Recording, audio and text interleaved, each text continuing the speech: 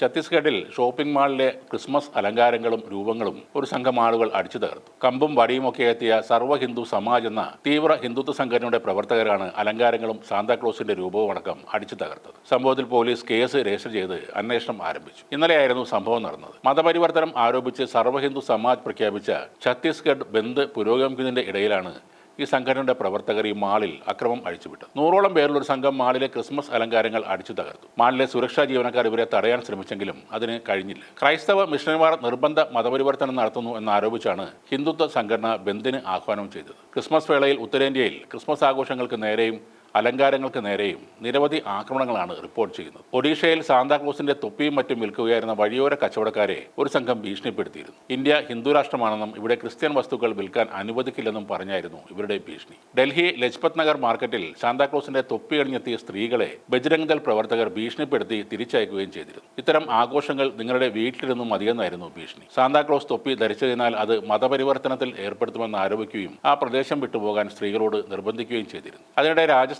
ഒരു വിവാദ നിർദ്ദേശവും ഉണ്ടായിരുന്നു. ശ്രീ ഗംഗാനഗർ ജില്ലയിലെ വിദ്യാഭ്യാസ വകുപ്പ് ഇവിടം ഹിന്ദു സിഖ് ഭൂരിപക്ഷ പ്രദേശമാണെന്നും അതിനാൽ കുട്ടികളെ സാന്താക്ലോസിന്റെ വേഷം നിർബന്ധിച്ച് ധരിപ്പിക്കരുതെന്ന് നിർദ്ദേശം നൽകുകയും ചെയ്തു. ഒരാഴ്ച മുന്നെയാണ് ഛത്തീസ്ഗഡിലെ ബന്ദിന് ശരിക്കും കാരണമായ ആ സംഭവം ഉണ്ടാകുന്നത്. കൻഗർ ജില്ലയിലെ ബഡേത്തേവട ഗ്രാമത്തിലെ സർപഞ്ചായ രാജ്മാൻ സലാമിന്റെ മൃതദേഹം ക്രൈസ്തവ മതാചാരപ്രകാരം അടക്കം ചെയ്തതാണ് പ്രശ്നങ്ങൾക്ക് കാരണം. ഇത് ഹിന്ദുത്വവാദികൾ തടയുകയും മേഖലയിൽ വലിയ സംഘർഷത്തിന് കാരണമാകുകയും ചെയ്തിരുന്നു. ശവസംസ്കാരത്തെ ചൊല്ലിയുള്ള തർക്കം ഒരു കലാപത്തിന്റെ സ്വഭാവം കൈവരിച്ചതോടെ ഛത്തീസ്ഗഡിലെ ബസ്തറിൽ സംഘർഷാവസ്ഥ ഉടലെടുത്തു. മരണപ്പെട്ട പിതാവ് ക്രിസ്ത്യാനി അല്ലാത്തതാണ് ഈ പ്രശ്നങ്ങൾക്ക് കാരണം. ക്രിസ്ത്യൻ രീതിയിൽ സംസ്കാരം നടത്തരുതെന്ന് നാട്ടുകാർ രാജ്മാൻ സലാമിനോട് ആവശ്യപ്പെട്ടിരുന്നു. എന്നാൽ ഇദ്ദേഹം അതിനെ എതിർത്തു. പിതാവിന്റെ മൃതദേഹം തങ്ങൾ സംസ്കരിക്കുമെന്നും രാജ്മാൻ ചടങ്ങിൽ പങ്കെടുക്കേണ്ടെന്നും നാട്ടുകാരും നിലപാടെടുത്തുവെന്നാണ് റിപ്പോർട്ടുകൾ. എന്നാൽ തന്റെ വീടിനോട് ചേർന്ന് തന്റെ ഭൂമിയിൽ തന്നെ രാജ്മാൻ സലാം ക്രൈസ്തവ രീതിയിൽ മൃതദേഹം സംസ്കരിച്ചു. അതോടെ കുപിതരായ നാട്ടുകാർ സംഘടിച്ച് അക്രമം അഴിച്ചുവിട്ടു. മൃതദേഹം പുറത്തെടുത്ത് മരിച്ചയാളുടെ മതപരമായ രീതിയിൽ തന്നെ സംസ്കരിക്കണമെന്നാണ്